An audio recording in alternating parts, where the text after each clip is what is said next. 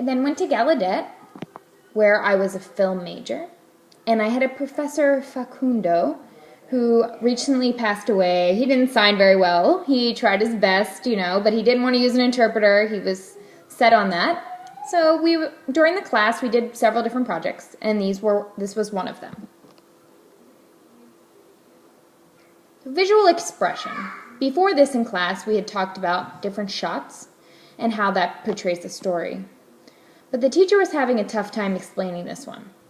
So he said, "Class, what I want you to do is I want you to express yourself."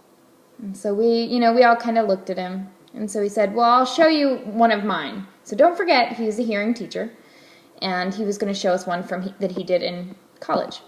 So you saw a face of a man, depressed man, to some grass blowing, to someone mowing the lawn, to a tree, to a fire, and then lastly to some clouds. And so I thought that was kind of a strange way of expressing himself, but he said it had some sound and music and it expressed some things in his life. And as a deaf class, he wanted us to express ourselves in our own way. He didn't want us to follow too closely to his version, but to make our own. But you could tell he was really having a hard time describing what he wanted us to do. So I didn't know if I really understood, but I handed in my project, and things went on. But I did remember that experience. I then transferred to RIT. I was a technology major, and there were many different courses about film and lenses, 35 millimeter versus 50 millimeter, where to set the lighting, rules of things you can and cannot do. And so one of the courses was this one.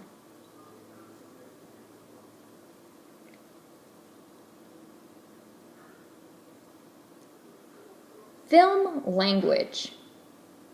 So film has a language. And I'm not talking about a small pamphlet where there are a couple of vocabulary words. This is a full-on textbook with tons and tons of information and terms such as these. So do you know these? Close-up, medium shot, and wide shot. So to describe these, a wide shot will be a setting. You want to set up where the story is going to take place. You may see a tree, a house, and a man smoking a cigar.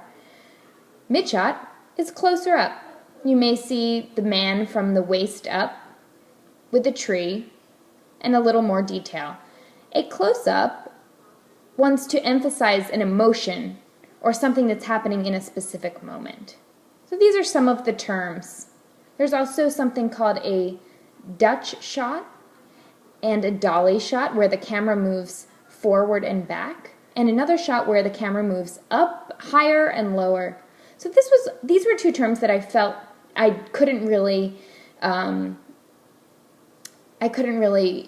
apply for myself. So you can imagine there may be a small, poor child sitting while a man over the picture explains that he is a poor child who lost his parents and how poor the country is, and maybe some statistics while you're watching the photo of the child.